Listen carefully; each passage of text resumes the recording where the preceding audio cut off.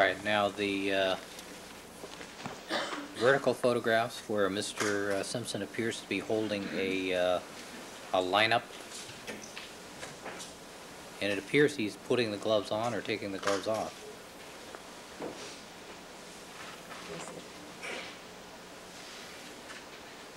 No, Your Honor, he's holding, he has one hand against his chest and it shows the very short and tight fit of that glove. The other hand is in front of it holding papers. And that's December 9th. You can see that was bunched around his wrist and he's pushing the fingers in. I mean, One hand is not touching the other. the black gloves.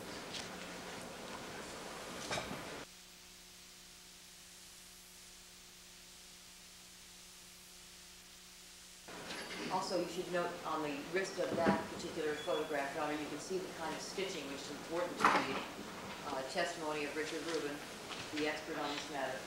And the bunching that Mr. Blaiser continually refers to is going to be explained by Mr. Rubin as well, as being reflective of the fact that it's very thin leather that rolls and puckers, which is consistent with the Harris light glove.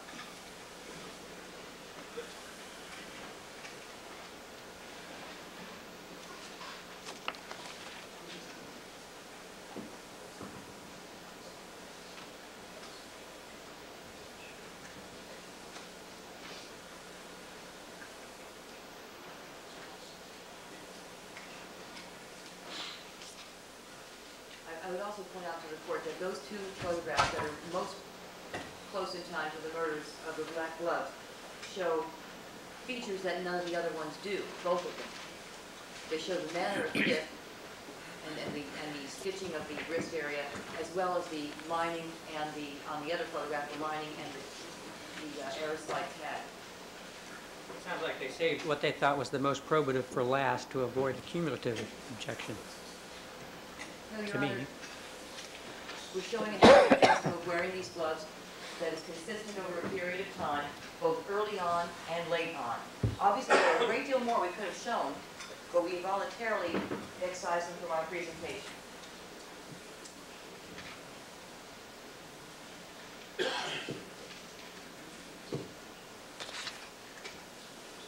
And if you look at the photographs that we've already presented, Your Honor, they show the hand in various positions, one with the palm out, one with the palm closed, which shows the fit when the fist is closed, and shows how short, in another set of photographs, shows how short it is on the wrist. All right, the one that is the horizontal photograph that has the label coming out, the one that depicts the wrist area and what appears to be the lining, that is a different perspective than the others. The other black photograph, Your Honor, is also a different perspective from the others. Showing the stitching on the wrist. I mean, it's very important because we have two sets of gloves purchased in December of 1990 of the same type. And his ability to identify both the black and the brown gloves in these photographs as the same type is of obvious probative value. To the extent that the court cuts photographs out, the court is chipping away from the credibility of the witness.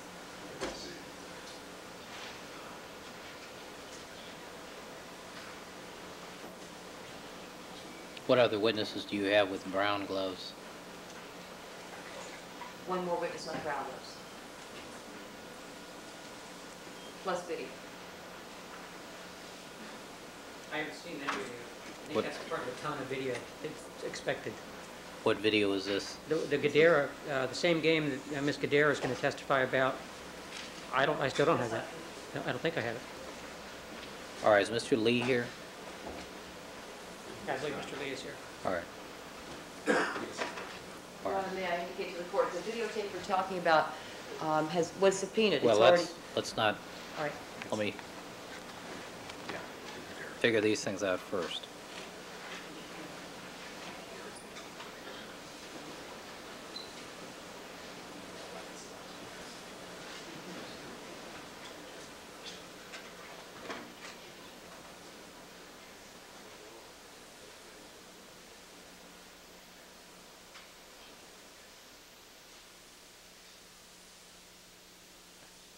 Ms. Clark, do you anticipate the direct examination will be the same 5 minutes? That's Did right, you Your Honor. take these photos where and when? Exactly. No. 5 questions? That's right. There's no video with these, it's just pictures. All right, I'll overrule the objection. They do show different perspectives, Thank you, especially the Mayor. label. Thank you, Mayor. All right, Mr. Blaiser, you want to take a few moments to talk to Mr. Lee? Okay.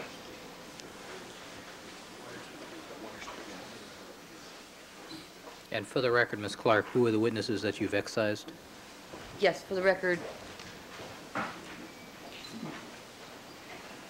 Karen Brown, James Chegia, Robert C. That was most recently. Prior to that, Flash Jordan Zama, Richard Roman,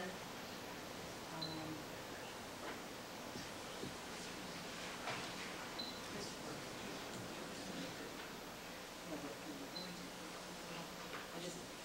Christmas.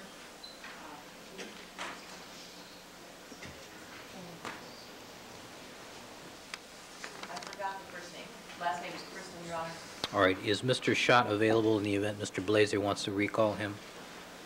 I believe so. I believe he's upstairs.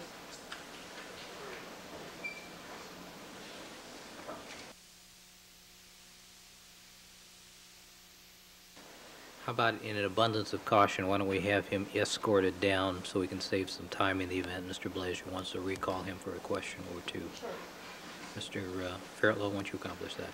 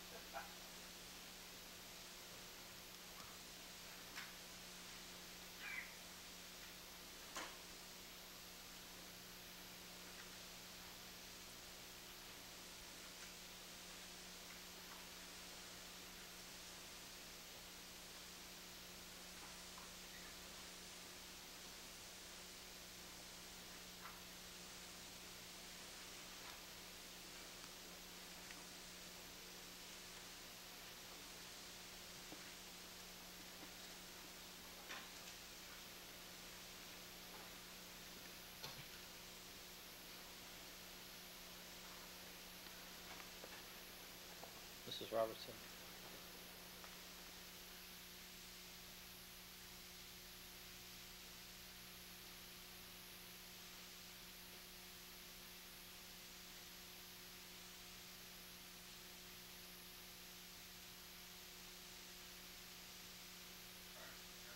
Waiting, can I see 608 again, please? Is that 608A? Any of them. Anything that has to do with 608. That's shot. I can't see, it's turned away.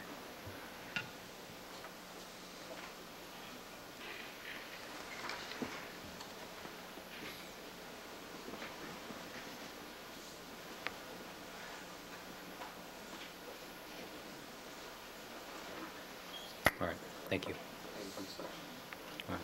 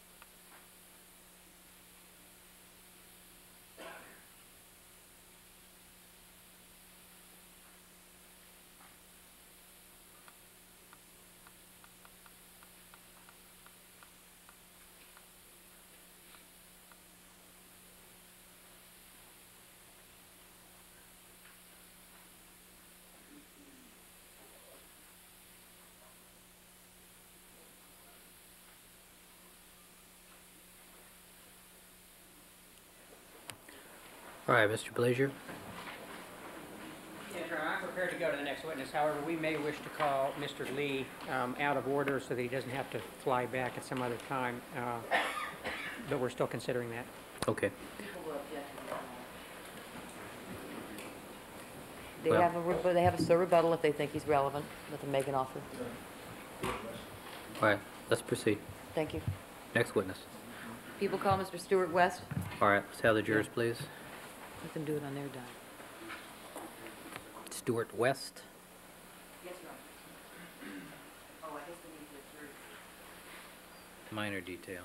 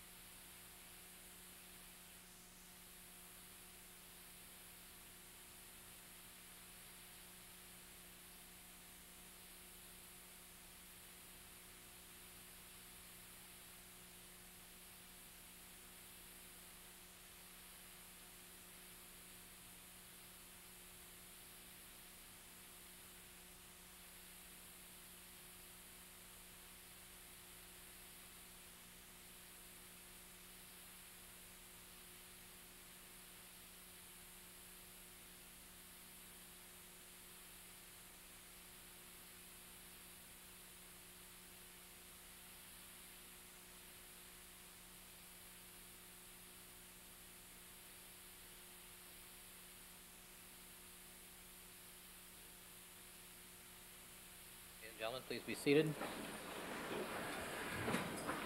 All right, let the record reflect that we've been rejoined by all the members of our jury panel. Ms. Clark, you may call your next witness. Thank you, Your Honor. People call Mr. Stewart West.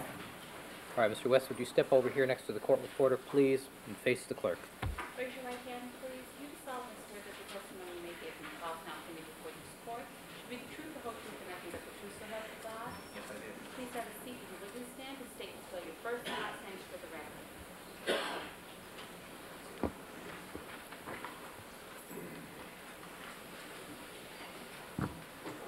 All right, Mr. West, would you please state and spell your name? My name is Stewart West, S-T-E-W-A-R-T-W-E-S-T. Thank you, sir. Ms. Clark?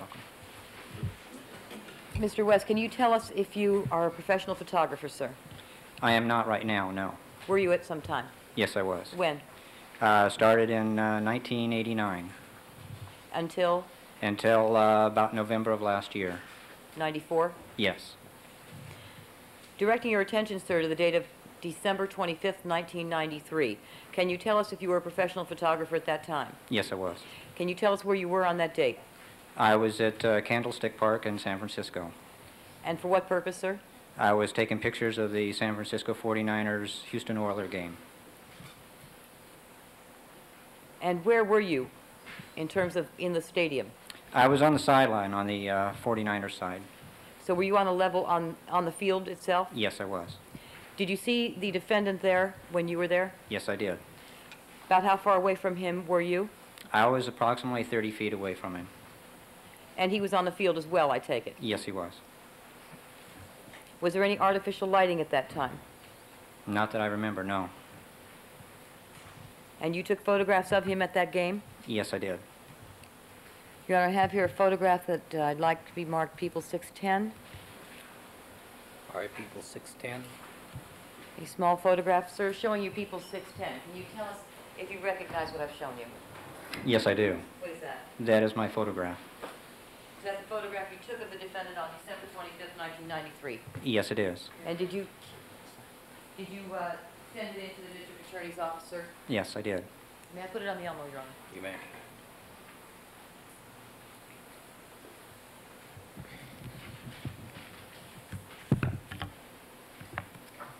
I have here, Your Honor, two enlargements. I'd ask you to mark People 610A. First one is 610A, shows the defendant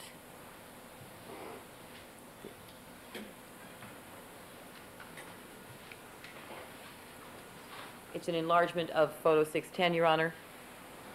Show you people 610A and ask you if you recognize what's shown there. Yes, I do. What is that?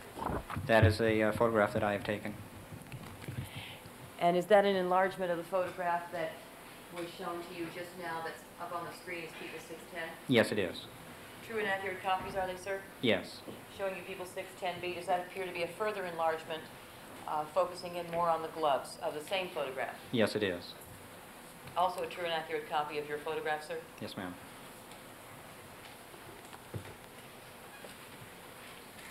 And did you send the negatives to the district attorney's office for authentication to make sure that these were accurate photographs? Yes, I did.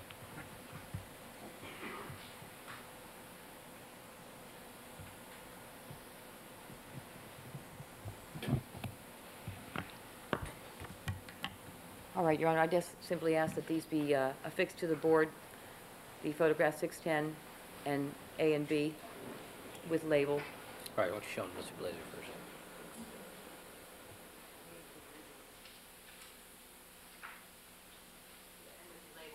The label indicating, Your Honor, Stewart West, 12/25/1993, 49ers versus the Oilers. Yes. Thank you, Your Honor. And this game, was it played in San Francisco, sir? Yes. Anything else? Nothing further. Mr. Blaiser? Thank you, Your Honor. Good afternoon, Mr. West. How are you? Fine, thank you.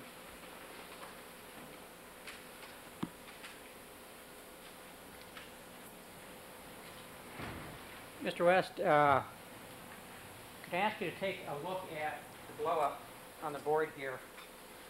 And can you see in the picture where the right glove appears to be tucked under around the wrist area, or actually above the wrist area? Yes, I can. You have no way of knowing from this photograph how far that's tucked under, do you? No, I don't.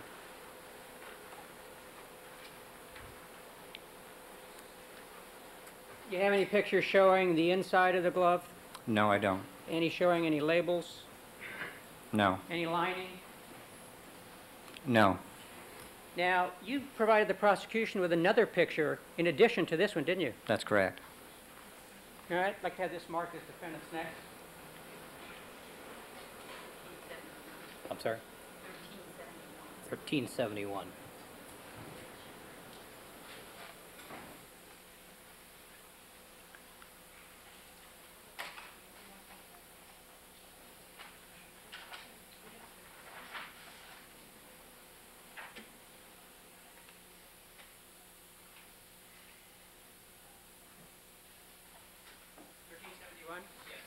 We furnished Mr. Blaiser with one that doesn't have holes in it.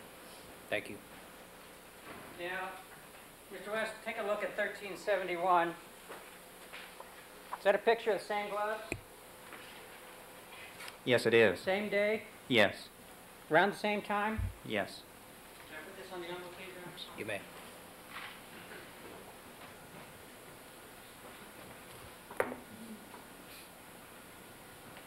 Mr. West, you see how the gloves go all the way back on the wrist? Yes, I do. Yes, and that's called conclusion. Overruled. Called for speculation, Your Honor. Overruled. Prosecution tell you they were only going to put in one of your pictures? No. Objection. No further questions. But, I'm sorry. Didn't the court rule that some of these were cumulative? Overruled. Yeah, midterm. One final question. These are black gloves, aren't they? As far as I can tell, yes. Thank you. Any redirect?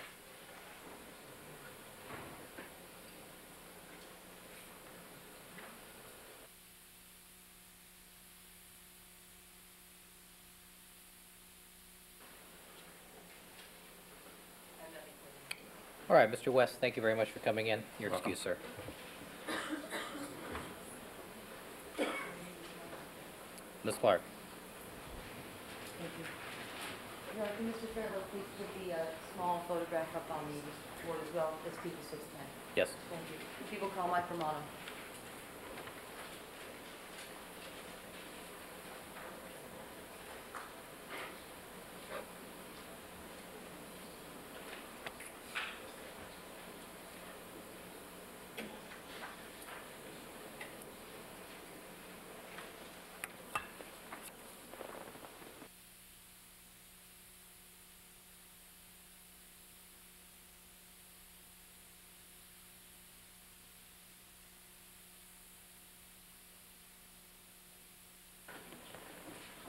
All right, Mr. Romano, would you come over here and stand by the court reporter, please? And face the clerk. Raise your right hand, please. You do solemnly swear that the testimony you may give in the cause now pending before this court shall be the truth, the whole truth, and nothing but the truth shall help you God. Yes, I do. Please have a seat for witness stand and state and spell your first and last name for the record. Michael Romano, Michaelromano. All right, Mr. Romano, just sit back and why don't you pull the microphone closer, please? Thank you, sir.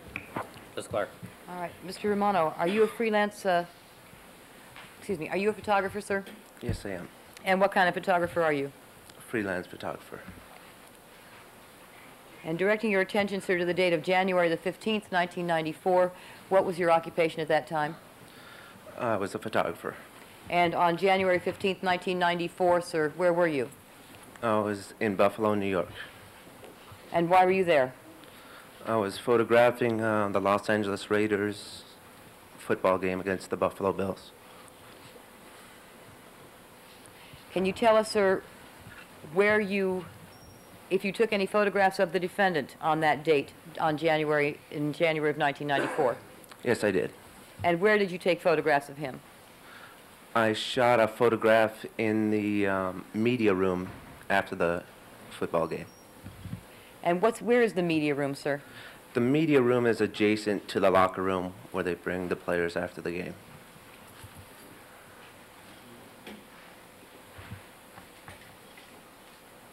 And now the photograph that you took of the defendant, did you sell that photograph to someone, sir? Yes, I did. Who'd you sell it to? The National Enquirer. Are you here under subpoena, sir? Yes, I am. You did not ask to come here, is that right? No, I did not. I'm going to show you a photograph, Your Honor, people's 611 and 611A. 611, 611A.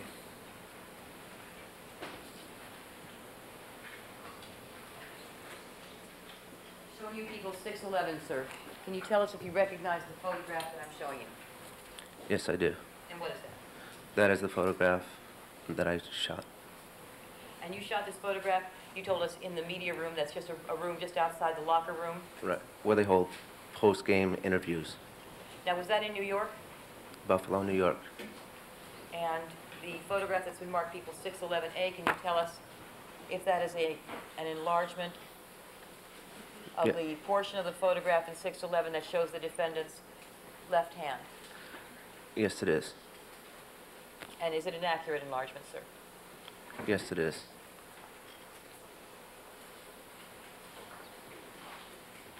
If I may show this on the Elmo, Your Honor? You may. Which photograph is this? 611 first, Your Honor. Mr. Romano, just look at your monitor and see if you recognize the photo. Ms. Clark. Thank you. Now, this photograph, sir, is this the photograph you took of the defendant on January 15th, 1994 in the media room? Yes, it is. And how far away from him were you when you took this photograph, sir? About a distance of 3 to 5 feet. Showing you people 611A.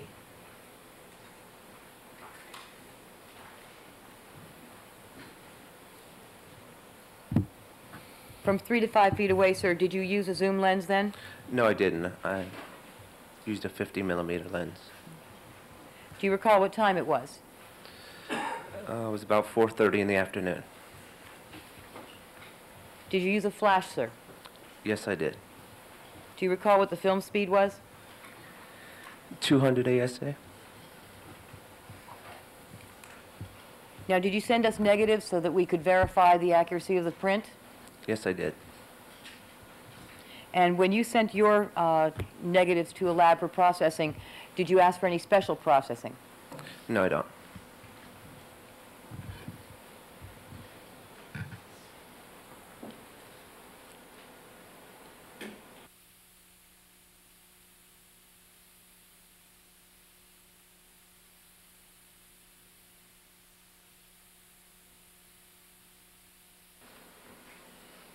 Do you see? Strike that. I have nothing further. Mr. Blaiser. Romano, good afternoon. Good afternoon, sir. This was in Buffalo Buffalo, New York, yes. in January of '94, correct? Yes, it was. What was the temperature? It was about 30, 35 below zero. Very cold, wasn't it? Very uncomfortable. A lot of people wearing gloves? Yes, sir. A lot of people with hand warmers? Yes, sir. Kind of hand warmers that slip under a glove in the palm? I wouldn't be able to see that, but I imagine. So you have no way of knowing whether Mr. Simpson had one of those under his palm there, do you? No, I don't. Can we have that back on the Elmo, please? Now, those gloves are black, aren't they? Yes. The bulkiness around the fingers, is that consistent with your recollection of what they looked like at the time? Objection, Sue's fact, not evidence.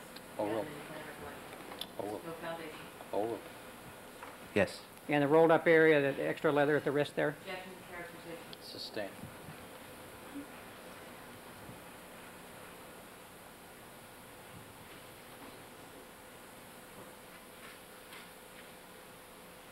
That's all. Ms. Clark?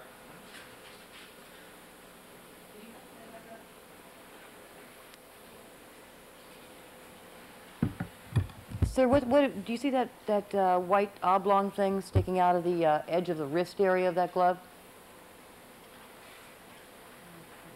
Yes, I do. You see the arrow pointing to it, sir? Yes, I do. Does that appear to be the tag attached to the glove? Well, objection. Photograph speaks for itself. Sustained. What does that appear to be to you, sir? Objection. Speculation. Oh, well. You can answer the question. It appears to be some sort of tag attached to the glove.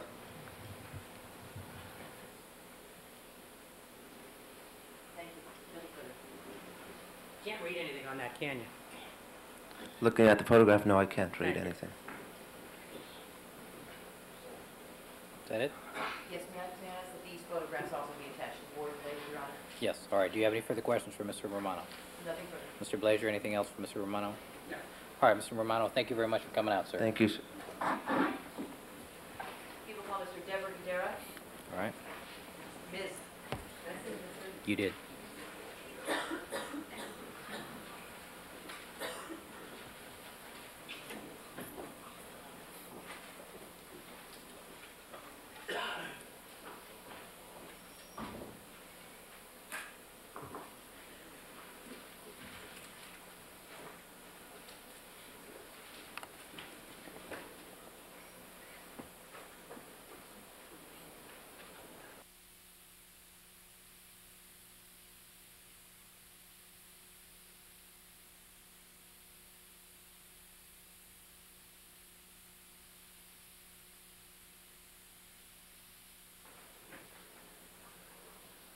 All right, Ms. Guidera.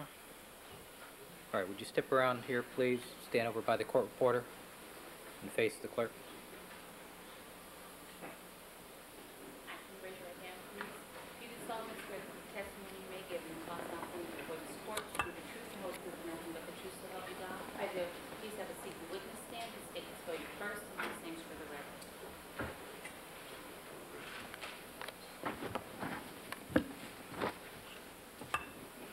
Debra Guidera, D-E-B-R-A, G-U-I-D-E-R-A. Ms. Clark. Thank you, Your Honor. Ms. Guidera, can you tell us, are you a professional photographer, ma'am? No, Have you ever been one? no. Directing your attention, ma'am, to the date of December 12th, 1993. Can you tell us where you were on that date? I was at Giant Stadium in East Rutherford, New Jersey. And why were you there? I was helping out a friend as a photo messenger that day. Can you tell us what the weather was like that day? It was very cold. Now, while you were there, the friend that you were helping, what did he do there? He works for the Associated Press. Was he a photographer? Yes. And can you tell us where you were in the stadium? I was on the football field. Were you at the sidelines? Yes. On whose side? On both sides. Oh, actually, on the Colts side, as when I took the picture. Okay. Now, when you say the picture, did you have a camera with you that day? I did, but it wasn't mine. Whose was it? It was my friend's. Now, I have here a photograph, Your Honor, asked that it be marked people 612.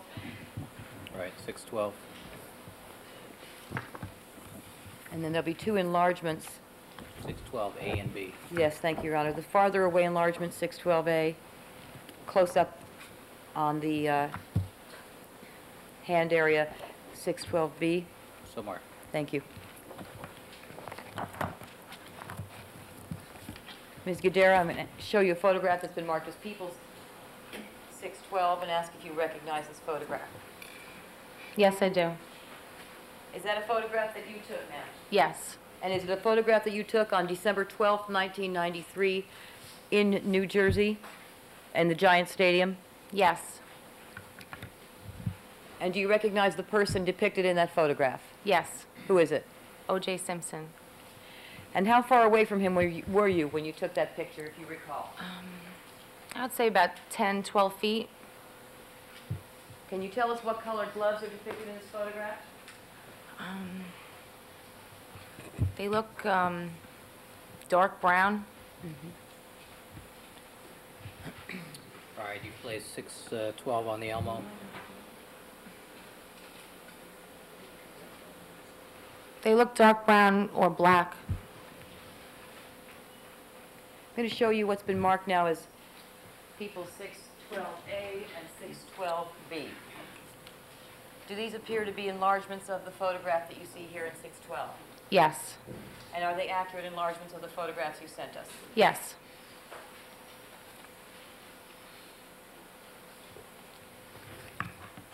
Now, you indicate that you were approximately 12 feet away when you took this photograph? Yes.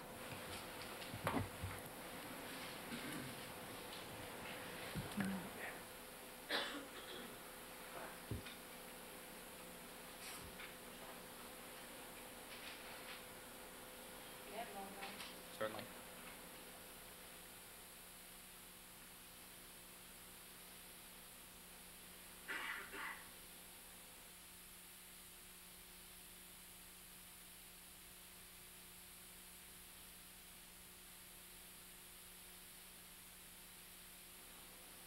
Your Honor, may I ask that the photograph marked people 612 be passed around? All right, small photograph. It is, sir. All right, hand that to juror number one, please. Juror number one.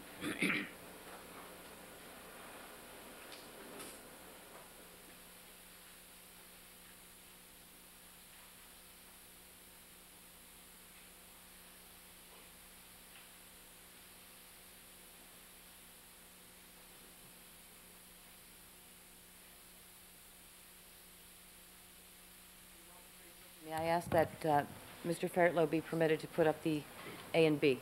Yes. Thank you.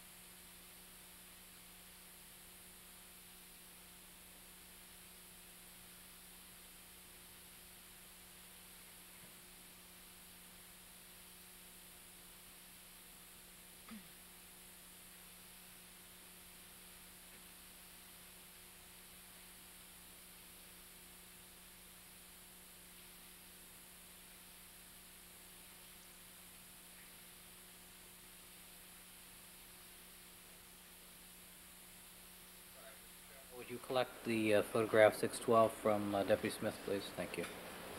may also fix that to the board, Your Honor. You may.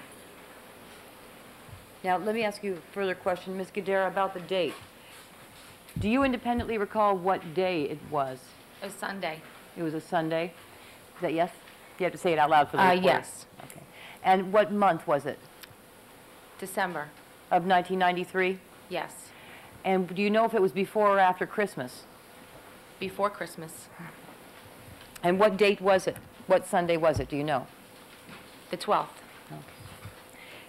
Your Honor, the label that I have here indicates only 12 of 1993. May I ask that we be allowed to make a new label indicating 12/12/93 for the purpose, before we put it on the board? Yes.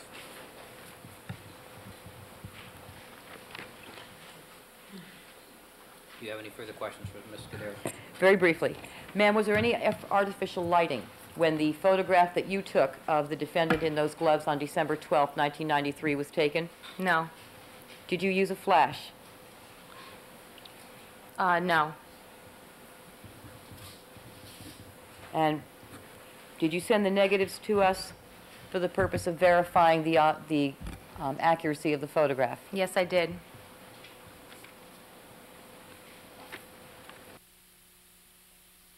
Mr. Blaiser? Yes, you may.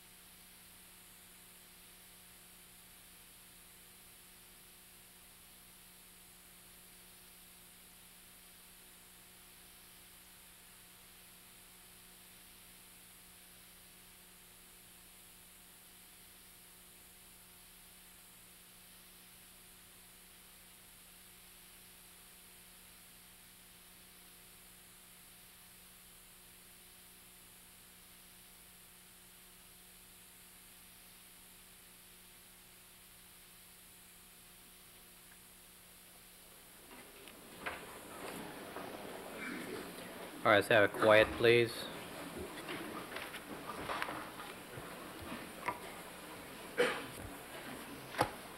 All right, Mr. Blaiser, you ready to cross-examine? Yes, sure. Good afternoon, Ms. Guidera. Hi. How are you? Okay.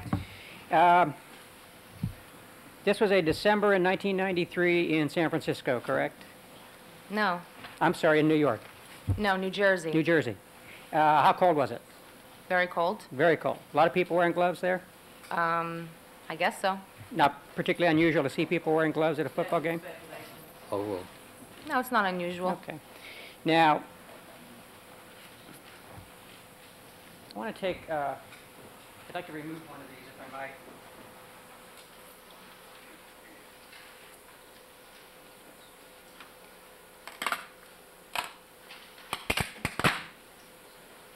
And could I put this on the envelope, please? and which one is this, Mr. Blaiser? This is 612, I don't know. A.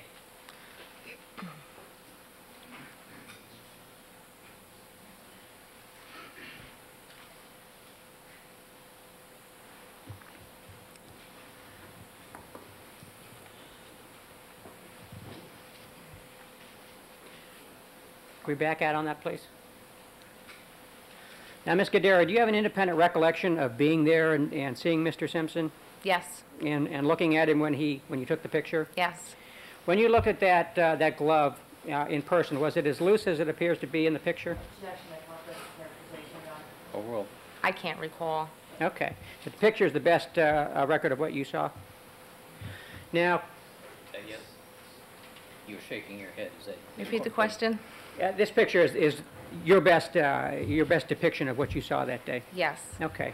Now, could we have the back up just a little more? Yeah, could we have, zoom in on the sort in the lower right corner?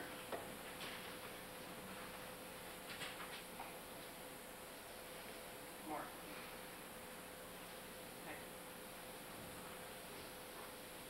And could we have a circle around that glove, please? Ms. Guidera, do you recall seeing the person standing behind Mr. Simpson wearing gloves? Right now I do, yes. Okay, appear to be the same kind of gloves that he was wearing? I don't think so. May we have that printed out, please? Yes. We'll mark that as, let's make that 612 C.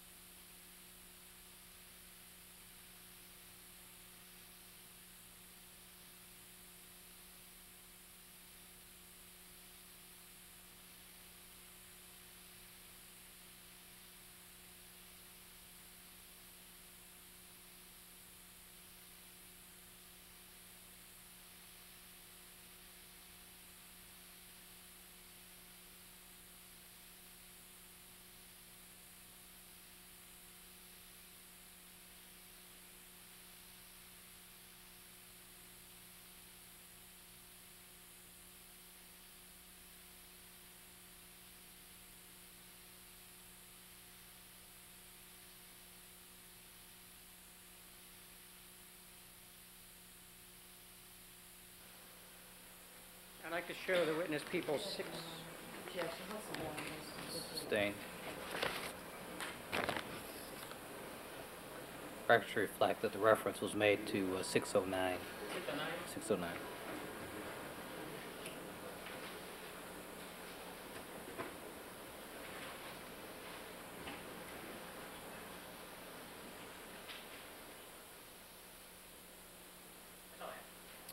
Ms. Clark, any redirect for Ms. Guidera? All right, Ms. Guidera, thank you very much for coming in. You're excused. Next witness. Richard Rubin, the glove man. All right, let me see counsel at the sidebar without the court reporter.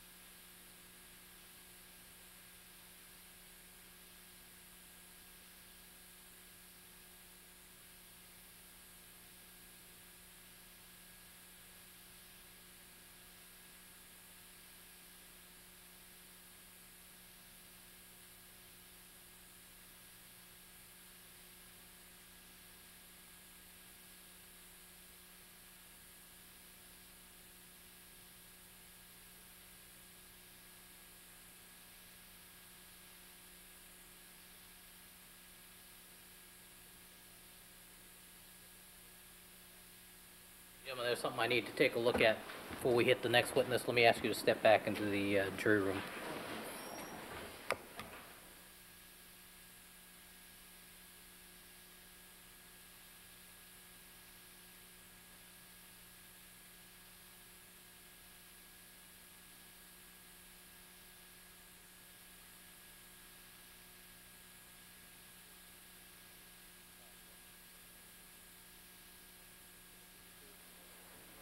All right, the record should reflect all the jurors are withdrawn from the courtroom. Ms. Clark, you indicated you have a compact disc-based video. May I see that, please? Yes.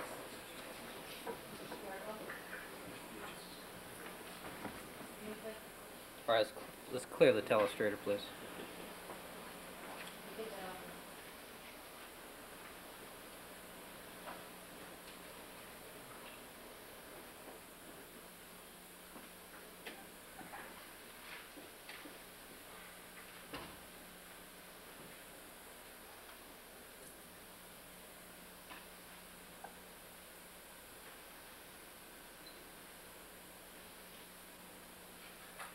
All right, Mr. Orman, I don't have anything on my monitor.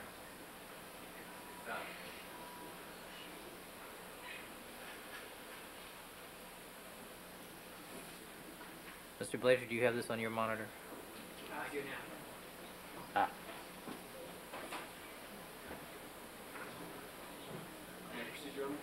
Please.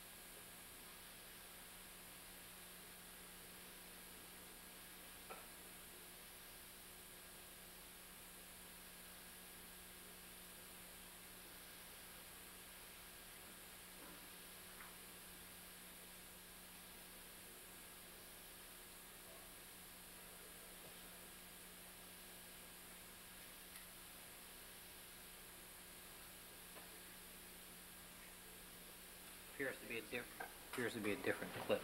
Yes, Your Honor, that was the end of the statement. Ms. Clark. That's it, Your Honor. The shot of the defendant in the brown coat with the brown gloves is the one that we do not have, I believe, the still photographer for.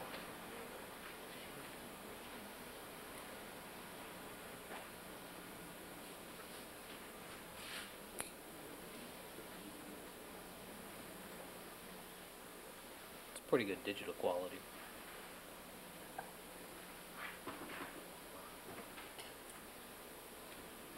The detail that's shown in this video, Your Honor, was important to Mr. Rubin for the purpose of determining whether the stitching was consistent with the stitching of the crime scene. Your Honor, may we have Mr. Rubin leave, please? Yes, Mr. Rubin, why don't you wait outside? Mr. Rubin would like to be here when we discuss the issue of scheduling, however. Scheduling? Sure. Yeah, why don't you just wait outside, Mr. Rubin? Thank you.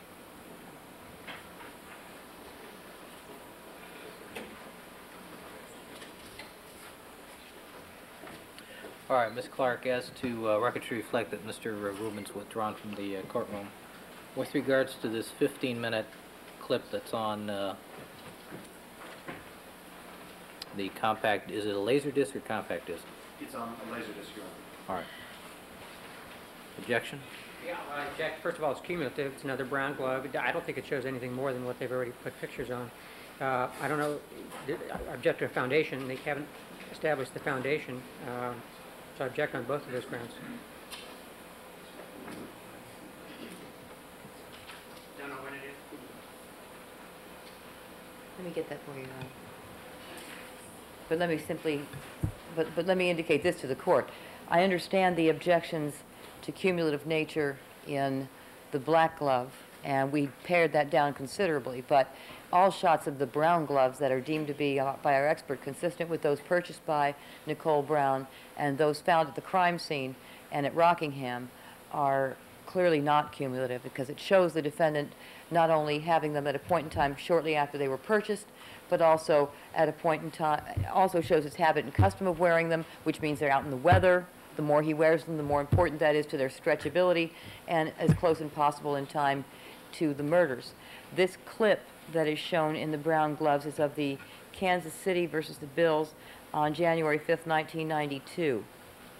It's an important video for the expert because, as the court can tell, it's very clear in its depiction of the nature of the stitching on the fingers, the Brosser stitching on the back of the hand, and these are distinctive features to be able to identify these gloves as the type and class purchased by Nicole, and coincidentally, the type and classification of gloves found at Rockingham and Bundy. I don't know what other justification needs to be made. Well, I understand the justification. How are you going to lay the foundation for it? I recognize the person depicted. The question is when. Right. And for that purpose, Your Honor, we subpoenaed the representative from NBC. NBC responded by sending an affidavit to the court. I believe the court is in possession of that? Yes, received it this morning. Yes. If I may ask leave of the court to ask Mr. Yochelson to come down to indicate to the court, because he's had all the interaction with them. They've been very uncooperative. I would ask that the court inquire of Mr. Yochelson, because it's my understanding that the attorney, Ms. Edgerton, has indicated that her position on behalf of NBC is that the court can force the parties to stipulate to the admissibility of the clip without the necessity of a custodian appearing. And we have indicated to her the contrary repeatedly. Well, federal courts can in civil cases. Pardon? Never mind. Anyway, may I ask leave of the court to have Mr. Yochelson address the issue, since he has been in contact with them? Because I think foundation is going to be necessary, at least place and time. And I don't disagree. I totally agree with the court. We're being hamstrung by witnesses that are simply refusing to come in and testify. And we need the court's assistance. How about if I turn off the video, and let's see how long it takes NBC to cooperate. I bet it'll work. All right. Well, let's do it. Okay. Okay. Deal. All right, In the meantime, where's Mr. Yochelson? let me get him down. All right. He's on his way. All right.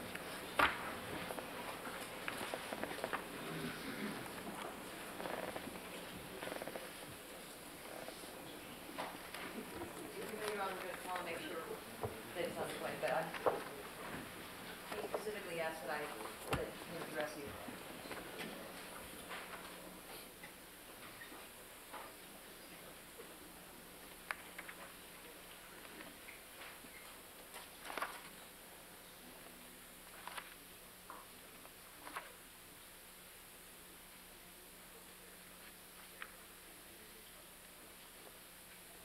All right. Mrs. Robertson? Mrs. Robertson, have we heard from Miss Edgerton lately?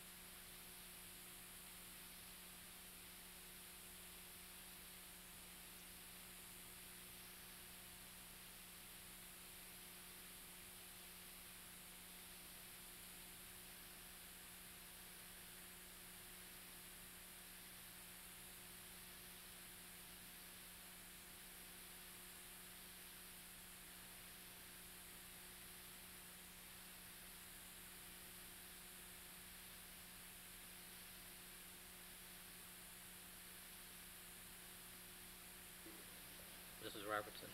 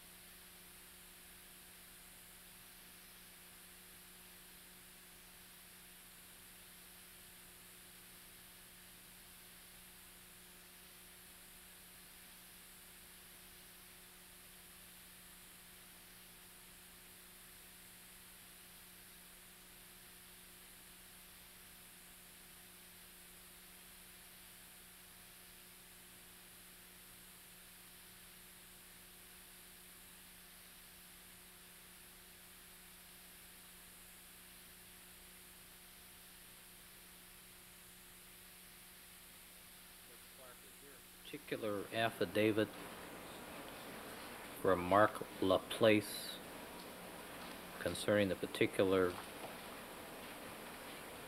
outtake that you're discussing here? The brown blood photograph, rather? Yes. I mean, on a video. Yes, the one that you just showed me. Wait for Mr. Yochelson for his knowledge, he's in possession of all of that. All right, do you know what game this is? I'm sorry.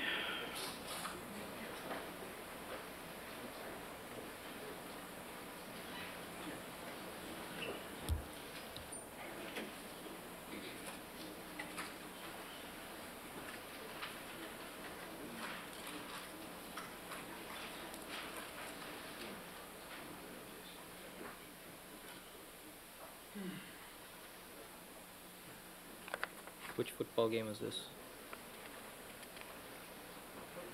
It is Kansas City, is it Kansas City? Yeah, Kansas City Chiefs versus the Bills On what date? on January 5th, 1992.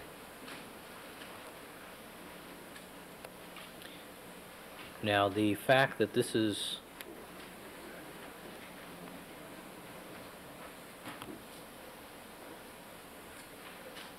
all right, what's the source of this?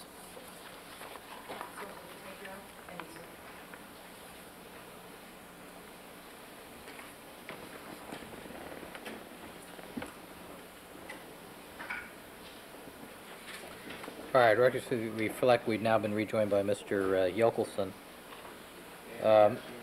Good afternoon. Mr. Yochelson, there is some controversy about the foundation for the video clip which is alleged to depict the January 5th, 1992 football game, American Football Conference playoff game between the Chiefs and the Bills.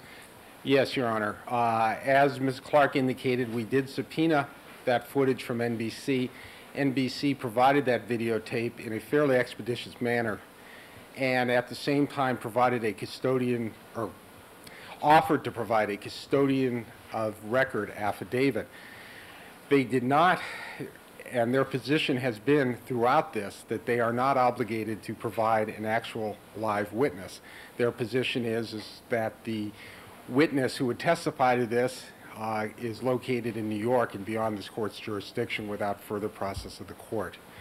Ms. Edgerton filed a letter with the court today, and I just got off the phone with her, and she's indicated that she attempted to contact the court within the last hour, leaving voicemail. But she is attempting to, or strike that. She has contacted the court with this. It is our position, Your Honor, that the affidavit under 1560 of the Evidence Code should suffice to lay the foundation for this videotape.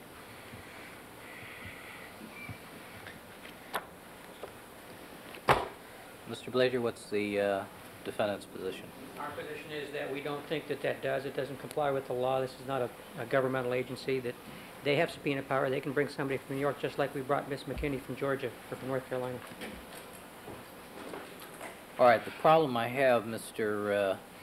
Yochelson, is that the affidavit, I agree with you that there is a manner, the subpoena ducis tecum and the process and the declaration of the custodian of records, that's ordinarily a way to avoid having to call live witnesses if there are business records that are maintained in the normal course of business in an appropriate manner. The difficulty I have is that the declaration that is attached to Ms. Edgerton's letter to the court bearing today's date, the affidavit indicates, quote, NBC has made a diligent search for that footage and has not been able to locate it, and it refers to the videotapes of the Kansas City Chiefs Buffalo Bills game played on January 5, 1992. So the affidavit itself does not provide a foundation. So where does that leave us? Well, that leaves us with attempting to find another affidavit, obtain a second affidavit remedying this defect, or having NBC here to explain this issue to the court. We are not going to rest until we can lay the foundation for a very simple piece of tape that should by rights be stipulated to, but the defense, we have not been able to arrive at a stipulation. It seems that this matter should be handled very expeditiously. Ms. Edgerton informs me that she can be here tomorrow, and I would ask that we have her in first thing tomorrow, and we attempt to hammer this out with all the parties and NBC.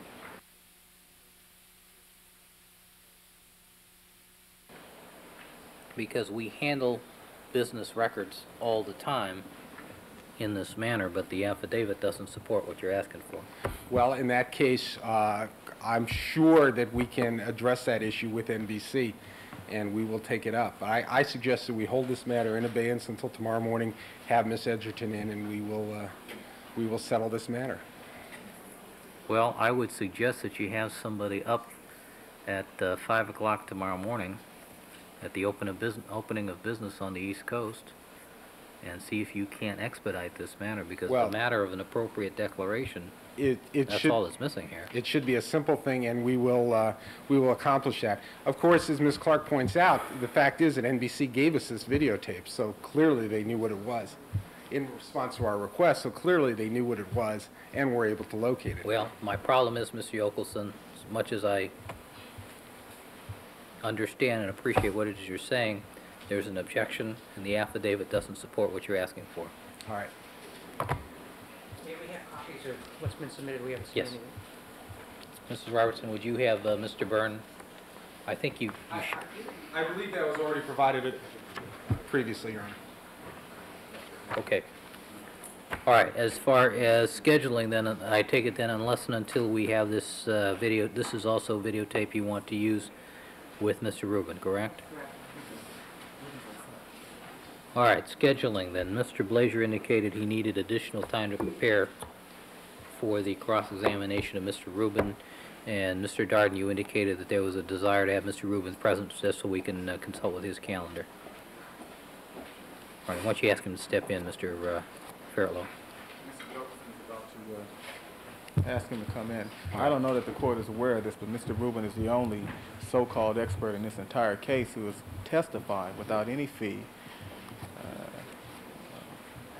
for free. He has appeared here on many occasions on his own time. He has taken calls from the defense on the East Coast on his own time.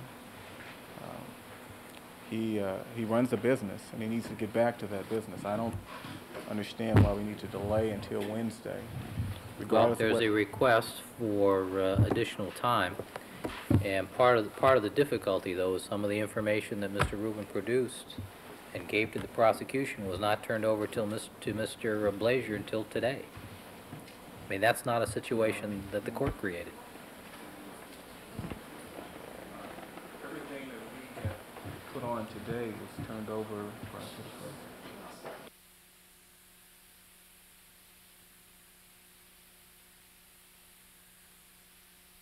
All the photos we put on today were turned over, I believe, prior to September 1, Judge. Well, we had a discussion, we started off this morning's discussion with the fact that Mr. Rubin's letter of July the 6th had not been disclosed to the defense. That's how we started off this morning's discussion. And I think we ended that discussion by the court noting that it was a preliminary, at most, conclusion on his part. He was asking for more photographs or better photographs, and was The point being, though, is that he actually does refer to specific photographs and make certain findings. That's the point. All right, Mr. Blaiser, why do you need until Wednesday? Well, I think it was a total of 47 pictures on Friday afternoon at 5:30. I spent the weekend working on this. We may be producing some exhibits. I have to coordinate some other people that I may have here in court for when Mr. Rubin testifies. We simply just need some more time. I'm looking at Thursday. I may be able to be ready by Wednesday. I'll have a better idea tonight. Well, specifically, what is it you need to do? I need to consult with experts that we've been in contact with. I need to see if they're available to be here Wednesday. We may be making some photographic exhibits. I obviously been here all day, so I haven't been able to do that today. That takes time. We gave them color copies of just about all the photographs early on, Your Honor. And there's nothing that has been presented here today that should have been a surprise to the defense. This is rebuttal. We all knew it was coming. We all knew we were going into the glove issue. It's really a simple issue, that is the identity of these gloves being an Arras leather light, an Arras light, or not. How much more time can be necessary to prepare to cross-examine Rubin on these issues? Beyond that, we've already litigated the issue of brochure stitching and the V-palm and all these other things. And what? I'm sorry. We've already litigated these issues regarding the stitching and the V-palm and everything else as it relates to the uniqueness of that glove. So why the extra time? Well, the main problem I have is that this report wasn't turned over. A detailed,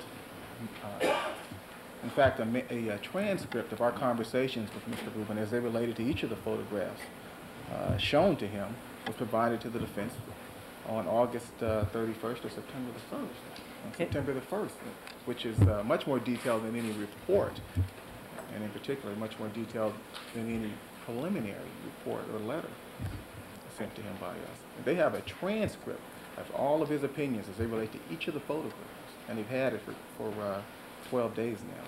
My recollection of that transcript is the only photograph he said looks like the Arras glove to me is one Röntgen picture, maybe a second. That's it. None of these other ones are referred to in the transcript, and then there's one video, I think, that he said is a good video. None of what we've heard, except for the Röntgen pictures, is part of that transcript. Now, this is I'm assuming this is part of some later opinion, but I have nothing about that in writing. I just have to assume he's going to get up there and say something about it. Mr. Darden, do you have a copy of of Mr. Rubin's last report or letter to you? His final report or letter?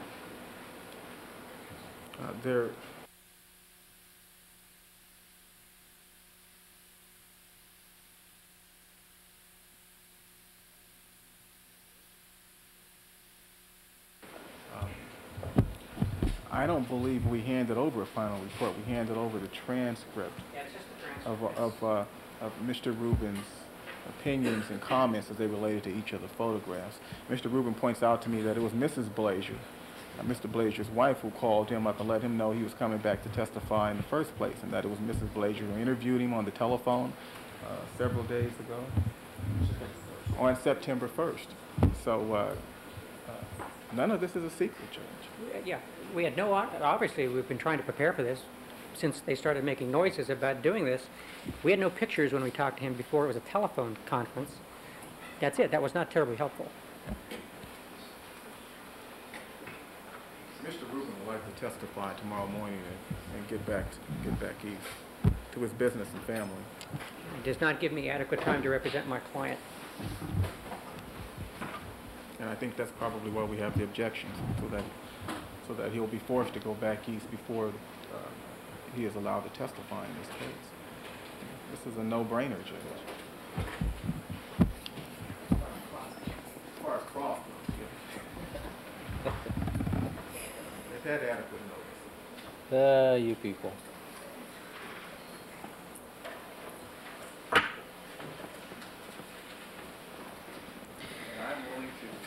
Surrender people's witness, Mr. Rubin, to Mr. Blaiser. He may take him anywhere he may like and do with him whatever he may want. And, All right, well, the photos are here. Mr. Rubin's here. Mr. Rubin's well known to both sides. He's been cooperative with both sides to an exceptional degree. He's provided raw materials for both sides. I think we've had the photographs now for a sufficient period of time. I am still concerned, however, about that letter of July the 6th. Mr. Blaiser, be ready to go tomorrow. May I say one further thing, Aaron? Certainly. One of the things that we've been doing is trying to accumulate gloves that have some of these characteristics, and we were going to produce some photographs.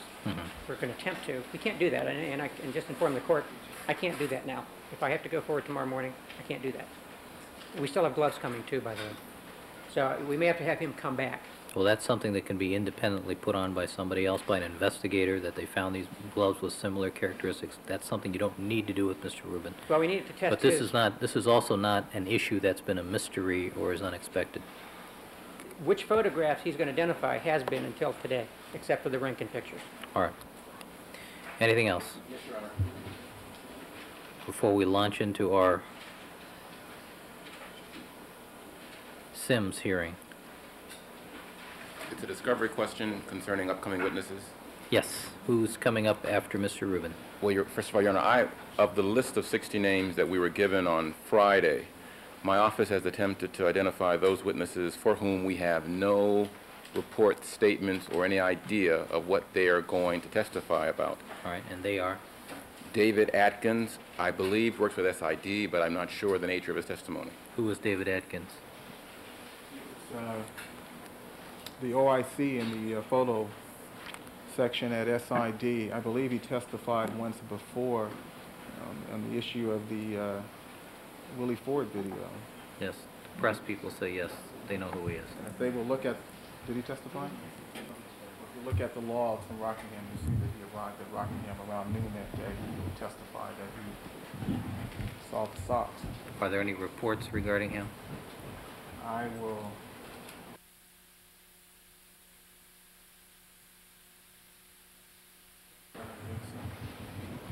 I'm sorry, I didn't hear I you. don't think so, no.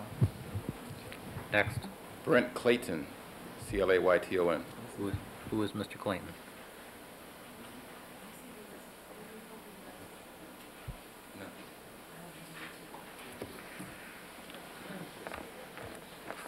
Ms. Clark, do you want to look at my list? Mr. Clark's witness, Your Honor.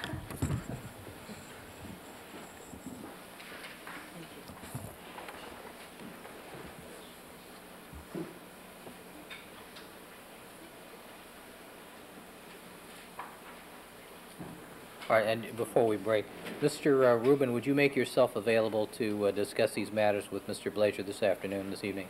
No problem. All right, thank you, sir.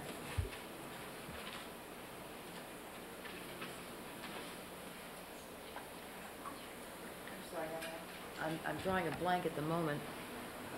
All right, next name. Jim Henson.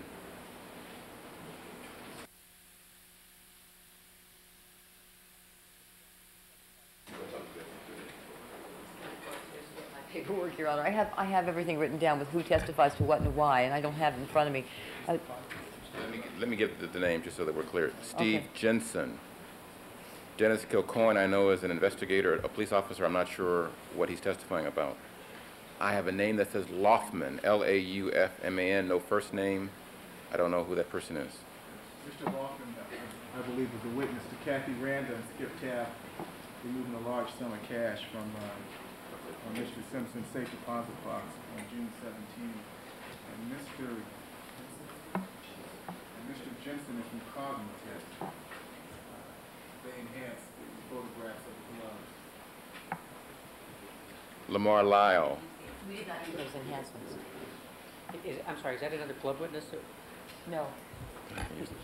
Don't worry about it. Lamar Lyle.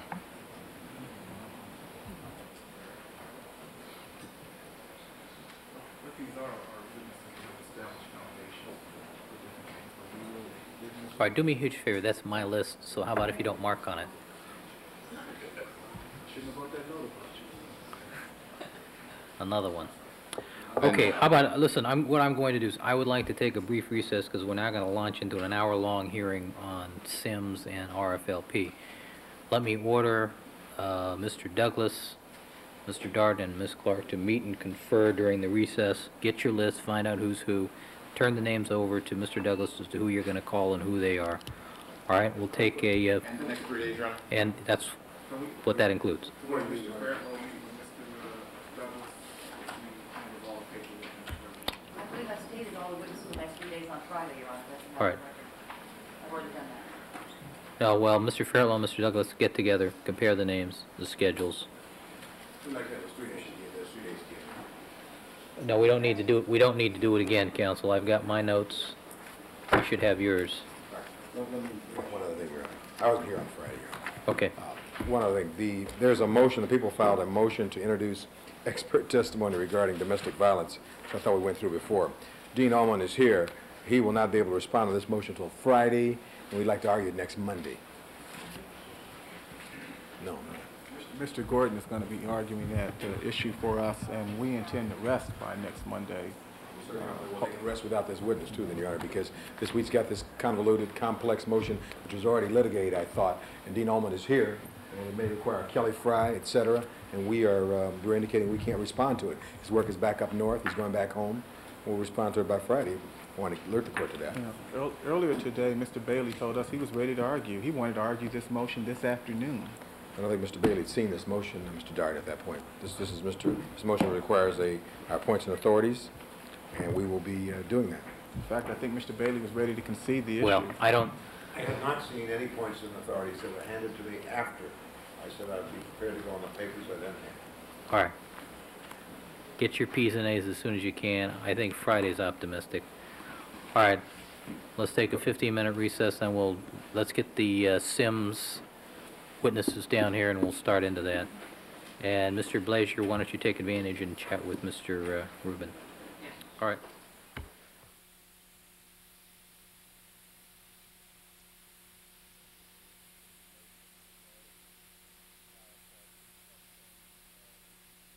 Which is the motion regarding RFLP testing of evidence taken from the Bronco automobile, and also some issues, continuing issues regarding the scope of the prosecution rebuttal case.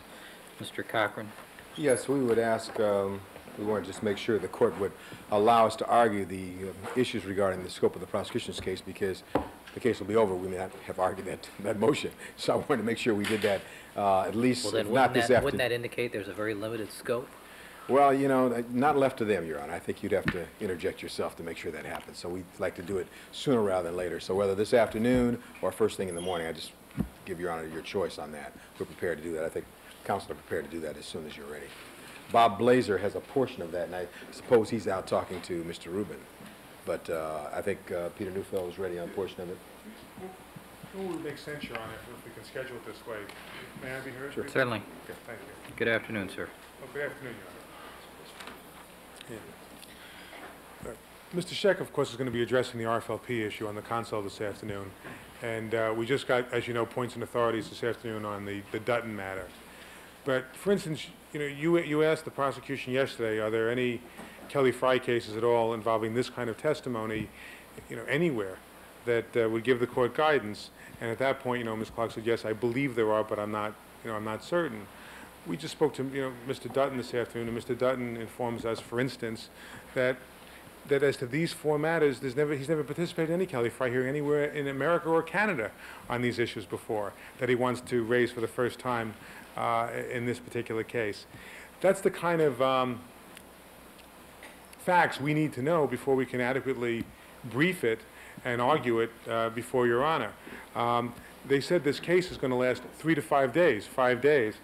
It's going to be the most extraordinary 5 days since the earth was created. All we're saying is that we need to know before we start running off in 16 different directions what evidence we're really going to have to refute, both in cross-examination and conceivably sir rebuttal. Yesterday, I also asked that they put in points and authorities, Your Honor, on June 17th testimony. I don't know if you recall that. Remember, they felt that June 17th was now relevant. Yet we haven't heard anything about June 17th.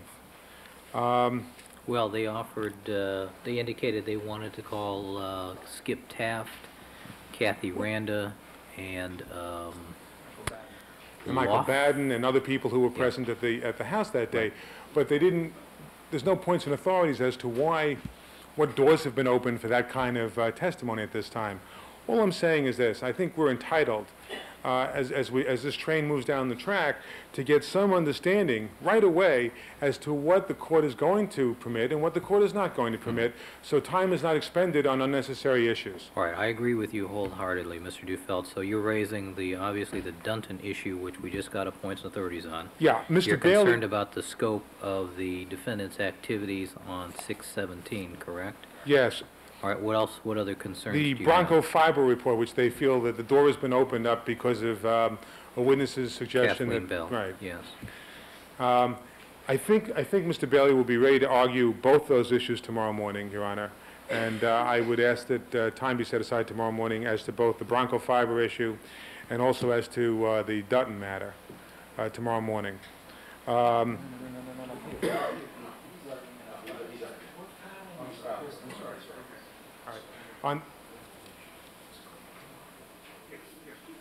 Your Honor, also... Dutton issue tomorrow is fine. Okay. No, No. just kidding. Sorry. Just kidding. Your Honor, also, although we received a proffer yesterday with respect to, or I guess Friday, whatever it is, with respect to the scientific witnesses, most of the witnesses included on that list of 60 people are not expert witnesses, and they too have to fall within the criteria of proper rebuttal testimony. And so we can Are there any argue that... particular areas that you can isolate for me that are apparent to you just from who they are? Well, no, that's the problem, is that we have looked at that list, and there are many people on the list we've been unable to identify at this time. I can't tell you right now who they are. I can give you that tomorrow morning, and I would ask that first thing tomorrow morning when we give you that list, that the people then come forward with a brief proffer as to who those people are and what they'd be testifying to, so we can argue either in a 402 or 352 or whatever that it's inappropriate. Makes sense. So that can happen first thing tomorrow morning, too? I don't know that it'll happen first thing tomorrow morning, but I at least want to frame the issues and get us scheduled to discuss these matters. Also, you had mentioned that you were going to review the DeForest matter with Mr. Hodgman. Had not heard back from Mr. Hodgman today, but in case you haven't noticed, I've been on the bench all day. Okay. All right. One moment, Your Honor. In fact, Mr. Kelberg, would you, in fact, Mrs. Robertson, would you instruct Mr. Hodgman to be here tomorrow morning, 8:30, so we can conclude the DeForest matter?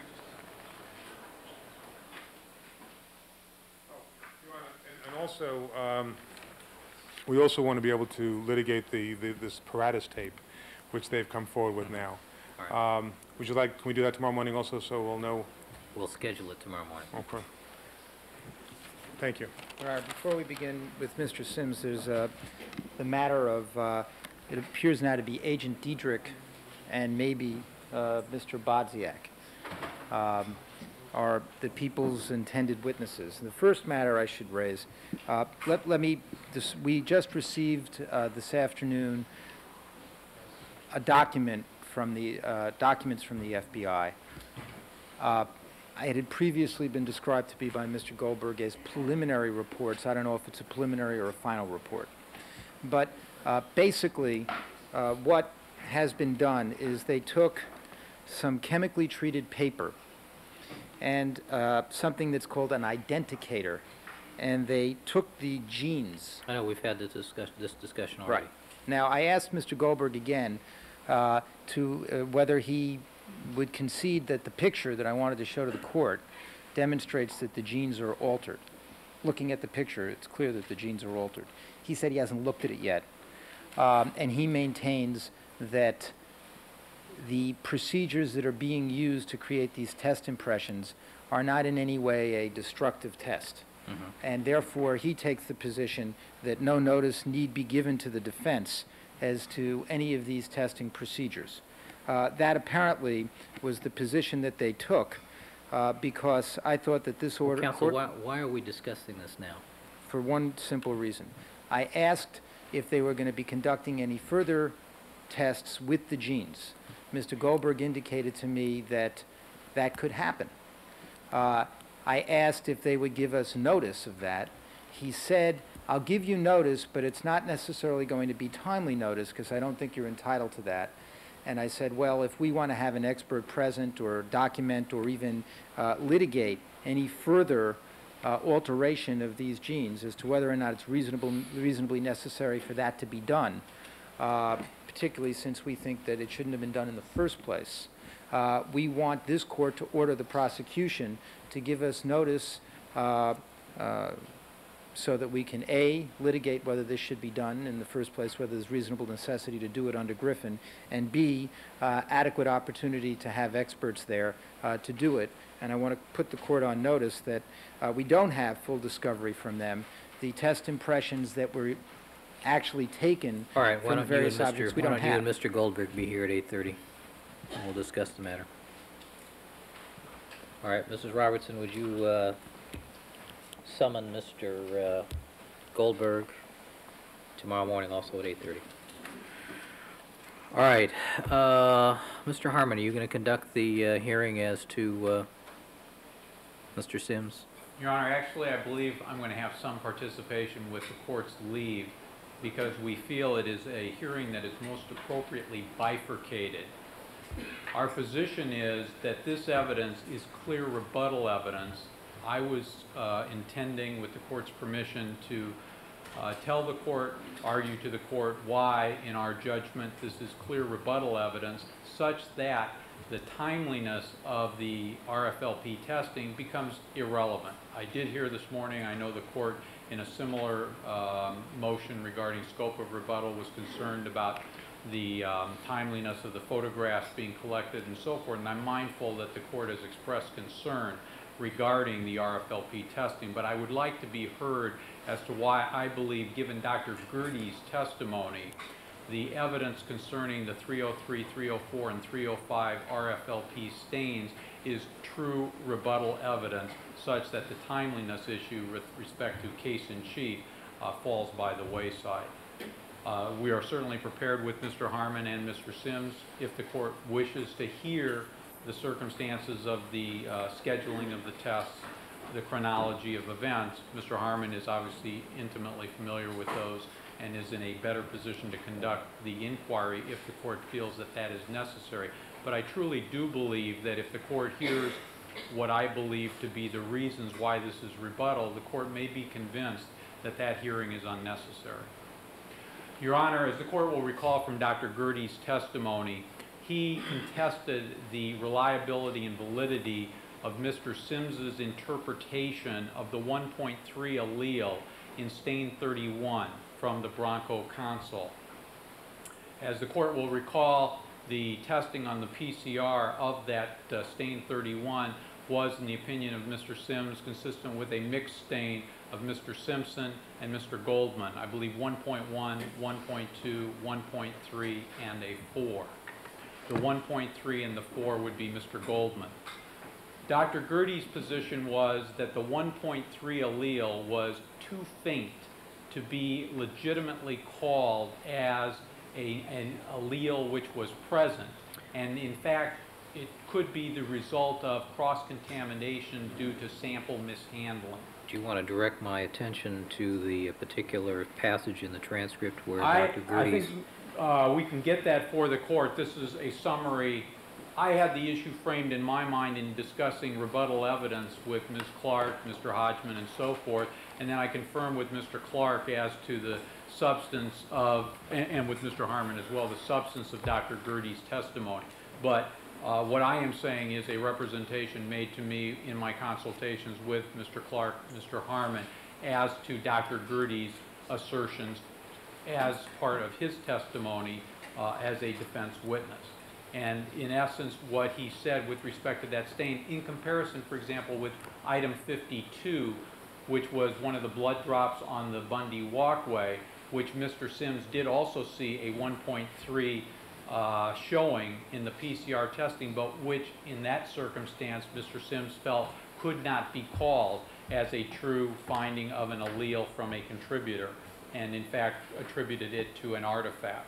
So Dr. Gerdes, one of his positions was Mr. Sims had to be consistent. He couldn't call the 1.3 in stain 52 an artifact and not call the 1.3 in item 31, the console stain, an artifact as well. The point is that stains 303, 304, and 305, combined under order of this court for the purposes of RFLP testing, come from an area nearby to where item 31 was found in the console. The RFLP tests, we have done now all 4 probes, but there is a report only of the 3 probe findings. The 3 probe findings are, again, consistent with a mixed stain of O.J. Simpson and Ronald Goldman. And further, they are consistent by intensity levels with the intensity levels found in item 31.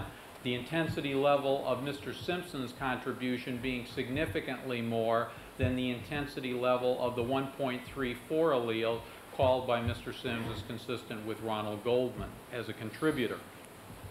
So the essence of this RFLP test results from the 303, 304, and 305 stains is to undermine Dr. Gerdes' contention that Mr. Sims was wrong to call the 1.3 and 4 a contribution by Mr. Goldman, but rather he should have called it an artifact, or to be consistent, it was an artifact through sample mishandling.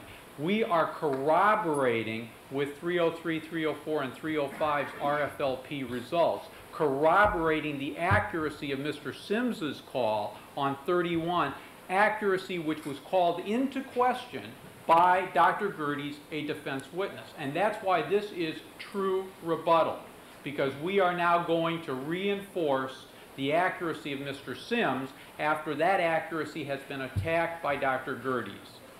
Furthermore, Your Honor, I would submit to the court, as I know the court has had a concern and a requirement, that any time DNA test results have been given, there be population statistics given to the jury in order to understand the rarity or commonality of a particular finding.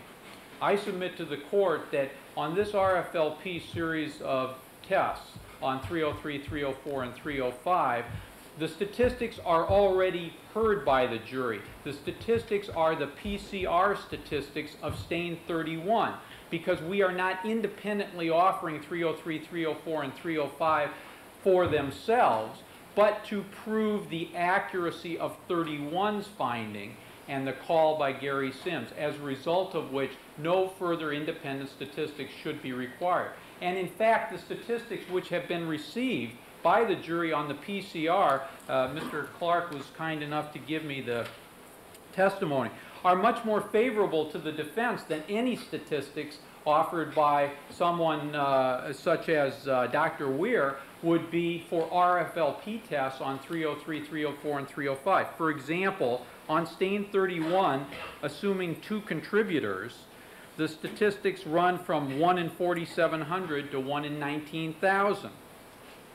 And for the 303, 304, and 305 PCR stains, there's also been testimony as to these statistics. They run from 1 in 570 to 1 in 10,000. But if one gets into the RFLP statistics, and there was a recent report produced by Dr. Weir, which has been given, as I understand it, to the defense, for assuming 2 contributors, you are looking at a range of 1 in 58,133,000 to 1 in 114,237,000. Now, I don't hold myself out as the brightest guy in the practice of law, but it would seem to me pretty logical that if I were the defense, I kind of like the PCR numbers as to the commonality a lot more than I would like the RFLP numbers. And that's the point of this evidence of 303, 304, and 305. It is not offered for independent value, which may have resulted in it being in our case in chief, but it is being offered to corroborate findings that we did offer in our case in chief, which are basically similar findings. It's a mixed stain. It's a mixed stain consistent with O.J. Simpson and with Ronald Goldman, but it's now being offered to directly attack a defense expert testifying in the defendant's case in chief. That, as I understand the law, Your Honor, is true rebuttal. And for that reason, this evidence should be received, irrespective of when the test should have been or could have been performed. And I offer no opinion on the timeliness. I leave that to Mr. Harmon and Mr. Sims if the court still feels the need to hear it. But I suggest to the court, if this is true rebuttal, then we cannot offer this evidence until we reach rebuttal. We have reached rebuttal today. The tests are available today, and that makes them timely on rebuttal.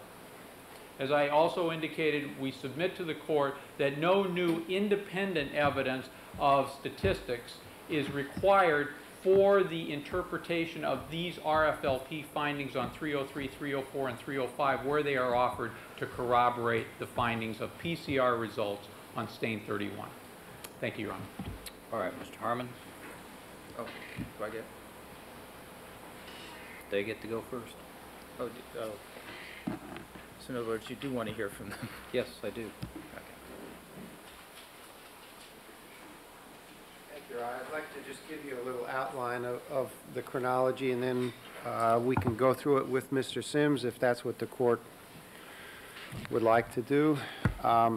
As the court recalls, on or about March 9th, you approved, over the strong resistance of the defense, our desire to combine these tests for to take whatever results came out of them, let the chips fall where they may. Other, I think, significant events, and Mr. Sims will go through the chronology in detail to demonstrate to the court that these things were processed in an orderly fashion. Mr. Sims made trips to Los Angeles. Mr. Sims attended study groups during this time period. Mr. Sims consulted with me in anticipation of his testimony. He also prepared reports, personally prepared the extensive discovery that's required. All of these things occurred at the same time he was trying to satisfy the desire to have these results produced as expeditiously as possible. As the court knows, during his testimony, there was a death in his family which disrupted his life. He took proficiency tests. His testimony was disrupted by that personal event. It's my opinion that the court, if the court is interested in any chronology, the most important part is the beginning. So I invite the court to stop me when you think we've covered the area that you're interested in. At some point, once the RFLP process has begun, and by beginning, I mean the hybridization. That's a misconception that the process begins when you begin the hybridization. Dr. Gerdes lauded the Department of Justice for their meticulousness. In fact, everybody played off LAPD against DOJ, and now you'll see as this hearing unfolds, they will be criticized for being as meticulous and fastidious as they were in making sure that even in spite of your approval of the combination, there were subsequent evaluations which, had they not produced favorable results, Mr. Sims would not have proceeded with the combination because it would have been against his scientific judgment to do so. But once the hybridization begins, and we'll give you some numbers on how long each probe was allowed to hybridize, essentially you're stuck with however long it takes to develop the results. Some of the key dates that I think to keep in mind in trying to identify, and I've asked every time we've addressed this issue, precisely what is the legal issue that we're addressing here? Mr. Scheck has consistently complained that we've denied them access to that evidence, and every time he's done that, I've said, no, the balance is still there. It's been there since March if you really wanted to test it. So that never was an issue. I think if they wanted to fashion a legal issue that somehow they were forced to proceed with their case without knowing what the results were, you will see that the chronology does not support that. The outline actually lists the date that the people rested, which is July 6th. The defense case began on July 10th, and if they complained that they were sandbagged, they didn't have to call Dr. Gerdes when they called him. They chose the date that they called him, and I think the court will see when you combine when they called Dr. Gerdes with what was known by the defense in order to fashion and very carefully craft or carve a way around the overwhelming biological evidence in this case, you'll see that Dr. Blake was, once again, a regular visitor there, was a regular reporter on the development of these probes, and as of the date of Dr. Gerdes' testimony, the defense was aware that there were, in fact, 3 RFLP probes which produced the results that were produced in this case. Mr. Harmon, maybe I can help you cut to the chase. Sure, I'd like to do that, Your Honor. What interests me most is the time period between March the 9th, when this court granted you permission to combine those samples for the purposes of attempting a single RFLP test, and the time that the test was actually undertaken.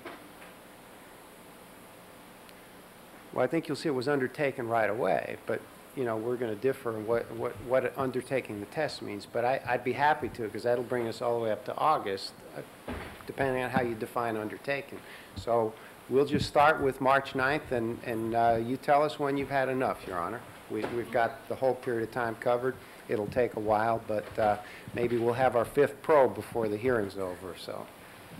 Would you like me to have Mr. Sims testify? Counsel, it's your record. Thank you, Your Honor. Madam Reporter, what's your time pressure? All right, proceed.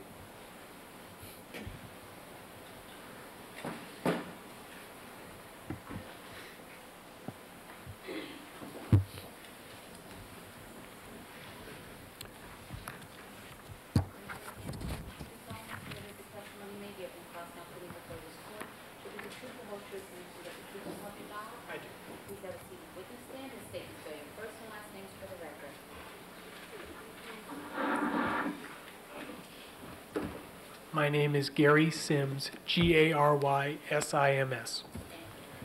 Your Honor, I've put my own chronology together, and I know Mr. Sims has reviewed it. These are my notes, but I don't have any problem sharing them with everybody. Would you like me to have a copy, Mark, as well? Yes, for the purpose of this hearing. Would you like a copy? I would. Thank you very much. 613. And Mr. Sims, have you had a chance to review People 613 for identification? Yes, I have. That's the chronology of 303, 304, and 305. Okay, and why don't we use the actual exhibit that's been marked? Is it your recollection that on or about March 19th, after some discussion and you filing an affidavit with the court, you received approval from the court over the defense's objection to combine what remained of 303, 304, and 305 for the purposes of doing RFLP testing? Yes, that was about March 9th. Okay, and did you actually conserve some of the samples? Are there still samples remaining to the best of your knowledge? Well, yes, as I put in my declaration to the court that I would preserve sample on all of those, and in fact I did preserve sample on all 3 of those samples. And what did you actually do on March 9th? On March 9th, one of the samples, 305, was brought back to the laboratory, and we spent a lot of time just documenting what was present in that sample, and then sampling it, and then repackaging for return. Okay, how much time do you think you spent on that enterprise that day, March 9th? It was probably the better part of the day. I don't know the exact number of hours. Okay, March 10th, what did you do that day? I had a meeting with you. All day? I believe that covered a lot of the day, yes. Did you take Saturday and Sunday off? I believe I did at that time, yes. Okay, what did you next do with respect to this case, any aspect of this case, or specifically samples 303, 304, 305. Okay. At that point, we did, on March 14th, there was DQ alpha typing on that original sample of 303 and 304. In other words, prior to the time that they were combined. So at this point, we wanted to know that independently they shared a consistent DQ alpha type so that we could then proceed with the further analysis. And that DQ alpha typing was completed on March 14th. Okay, did you I think you misspoke. What were 303 and 304 previously typed with any marker? Yes, they had previously been typed in D1S80, as I recall. Okay, and why did you pursue the DQ alpha testing with 303 and 304? Well, the DQ alpha testing was to, again, look for consistency of the results to see whether or not it was consistent with the mixture of Mr. Goldman and Mr. Simpson. Did you obtain consistent results on 303 and 304 consistent with what you had seen in 305? Yes. Okay. Had you not obtained consistent results on 303 and 304 with the DQ alpha marker, would you have gone ahead with combining those three samples for the purposes of RFLP testing? I would think not. And why is that? Well, because then there wouldn't probably be enough DNA of the people that may be involved in that mixture to get an RFLP result. In other words, they may be other people, and we've got an exclusion, perhaps. Okay. So as of March 14th, then, you had decided that even though you had the court's permission, that scientifically it was appropriate in your mind to go ahead with combining those three samples? That I wanted to do that testing even though I had the permission. I still wanted to look at those DQ alpha types before I did the actual combination. How much time do you think you spent on these tests on March 14th?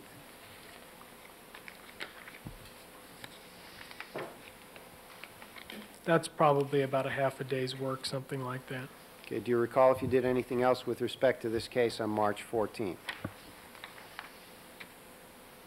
That's all my notes indicate. Okay. March 15th, what activities did you perform with respect to this case? On March 15th, I laid out in my notes what samples I still plan to extract in this case. I included these, the combination samples as well as some other samples in this case. So were there actually other samples being evaluated and tested in this case during the same time period? Yes. And are they listed in your notes? Yes, they are. Okay. March 16th, do you recall if you did any work on this case or specifically the console stains? I have nothing in my notes on that particular time. I should point out, too, that sometimes what I'm looking at here are my laboratory notes, and there are instances where I may be working on the case but not making entries in my laboratory notes. For example, I may be reviewing some of the other results or photographs or something like that, or consulting that's not always showing up in these particular results, in these notes. Now, just to jump ahead a little bit, did you have a report that you knew you were going to have to start putting together towards the end of the month? Yes, there was the second big report we put out was in early April, and so we started getting ready for that also at this time. Now, do you actually write in your notes getting ready to file report? No, that's an example of the time, the kind of time that would not show up on my lab notes. And the notes you're referring to, they actually reflect scientific or technical activities that you engage in? Yes. Okay. March 17th, what did you do on that date?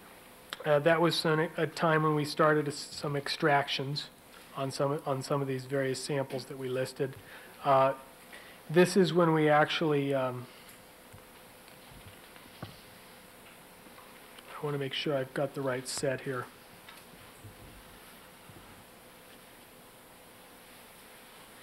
This is when we're actually doing the extraction of the combined set.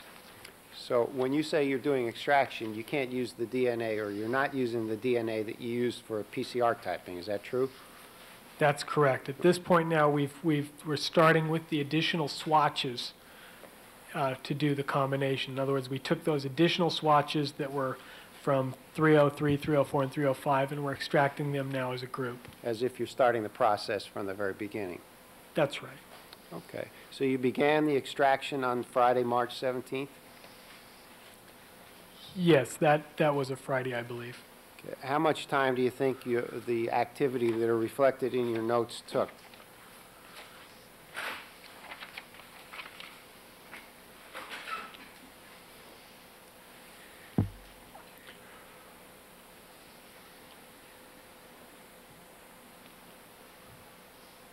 I'm working on that at night, it looks like. The time I've got is, there's two different sets going. One that goes in at 21:20 hours, another one goes in at 22:18 hours. Hey, how many samples in each of those two sets? There's about, I think, 7 or 8 in each one, something like that. 4, I'm sorry. 8 in one.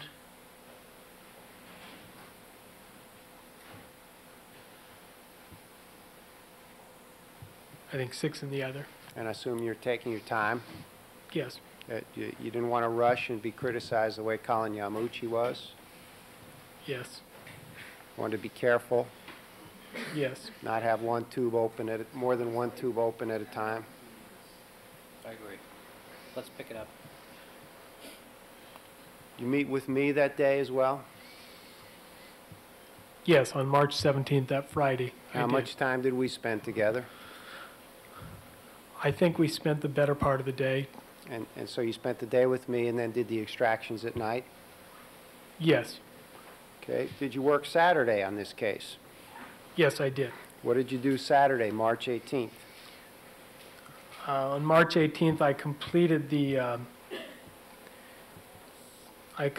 extraction on some of these sets. No, I'm sorry, I did not complete it. I continued the extraction on some of these sets. And then it was on March 19th, Sunday, when the extraction was actually completed. So you worked Saturday? Yes. How long?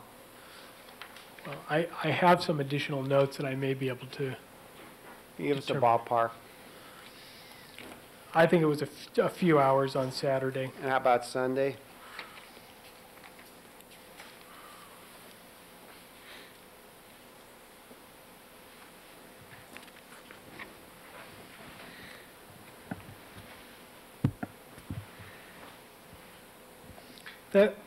That's probably some more time there. That's maybe at least half a day, something like that. It could be longer, I'm not sure. Okay. And on Monday, March 20th, were you advised that the defense had filed a new motion challenging the DNA evidence? Yes, I think I was aware the very day that it was filed, and I think that was on March 20th. And soon thereafter, did we send you a copy? Yes. Ask you to read it? Yes, we decided that obviously that should be reviewed and discussed. Okay. And did that ultimately take some time towards the latter part of March for you to review that motion and counsel us? Yes, that was all part of the time. March 21st, what sort of work did you do in this case? Dr. Blake came over, reviewed some of the RFLP and PCR results in this case. How much time did you spend with Dr. Blake that day? I logged about 3 hours that day. Do you recall if you did any, do your notes reflect specifically any other work you did on this case, on that date? No, my notes do not. Okay, March 22nd, did you again perform some specific hands-on work on the console mix in this case?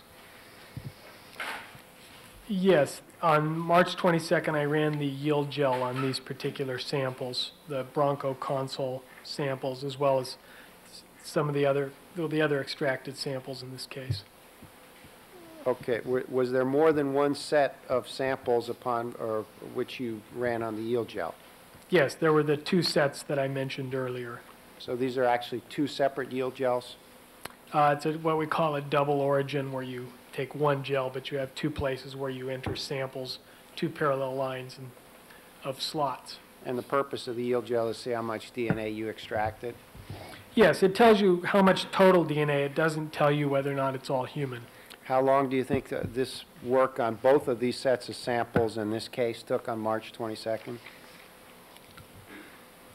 given the number of samples involved and all that, it was probably the better part of the day was spent on that.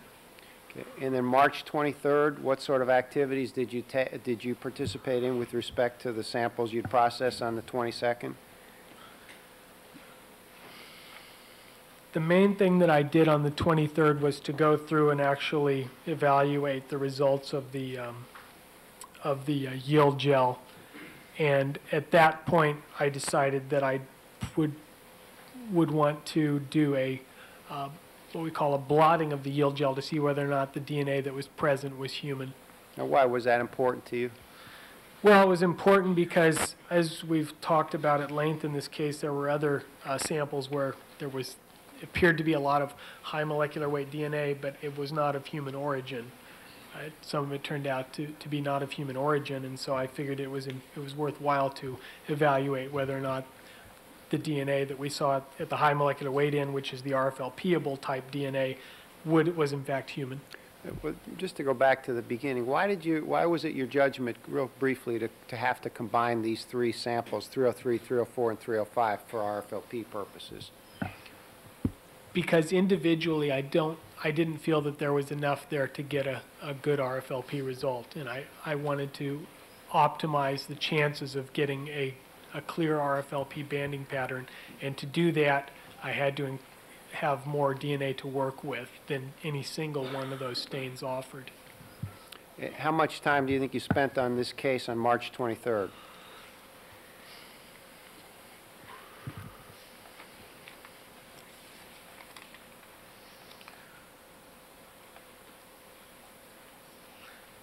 That looks like the better part of the day also, because there was the evaluation and then there was also the starting of the blotting process.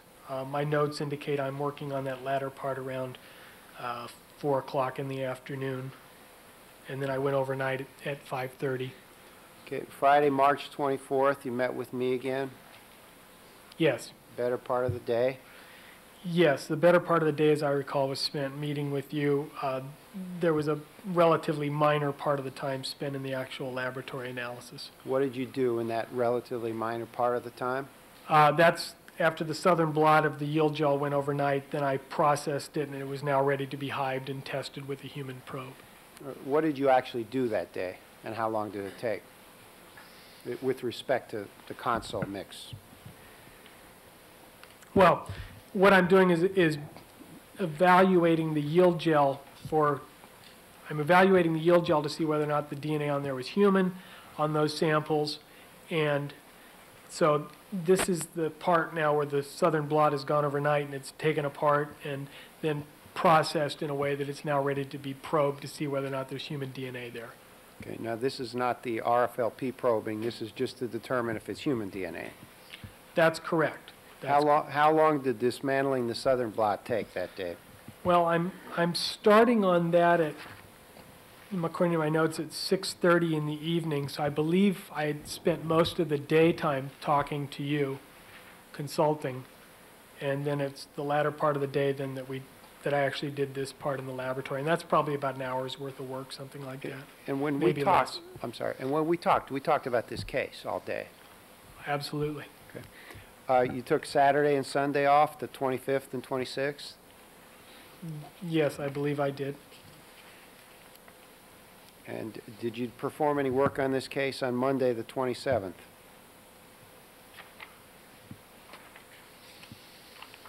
No, I don't believe I did. Okay, and March 28th, did you give a training session somewhere? Yes, I was asked to participate in a PCR roundtable discussion in a training class at what's called ABI. What's that? Applied Biosystems. They are part of the company that actually produces these kits, the PCR kits, and they put on training classes for how to do this kind of PCR testing. And as part of their training course, they usually have an afternoon devoted to a roundtable type discussion of some of the issues that come up in courtroom interpretation, that sort of thing. Okay, March 29th, you got back to the blot of the yield gel? Yes. What did you do? At that point, I actually probed it with a human probe and produced what's called a LumiRad, which is like one of these autorads, but we're using a probe now that produces luminescence, and so you can actually read the intensity of these bands now to get an idea of how much human DNA is present in a sample on this particular gel. And how long did that work actually take that day? That would have been the better part of the day. I have my final film coming off around, looks like around 5:30 in the afternoon, something like that. And so, I'll strike that. Did you perform any other work other than just getting that final film off, and was that it for that day? Well, there's the whole hybridization process. I mean, that's done by the analyst, in this case me, during that whole course of the day, and you finally produce a film at the end of the day. Okay, what I'm saying is when you ended up with the film, did you call it quits for the day? Yes, I believe that's correct for March 29th. Okay, March 30th, what did you do? I attended the main thing I did that day was to attend a California Association of Criminalists DNA study group meeting. Further education? Yes. And March 31st, you traveled to Los Angeles? Yes, I came down here on that Friday. I spent all day down here. That was an all day. And in my summary, is it true you worked about 115 hours on this case in March? Yes. And you were working on 5 other cases as well that are not reflected in this chronology? That's correct. You were back in Berkeley on April 1st on Saturday? All right, before we move on any further, Mr. Scheck, you want to consult with your client for a moment?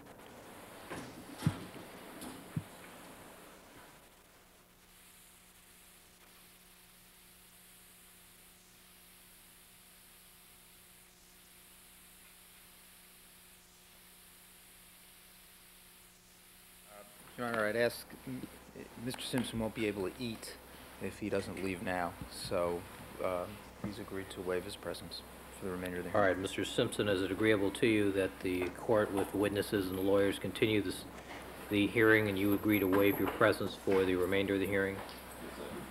All right. You're excused.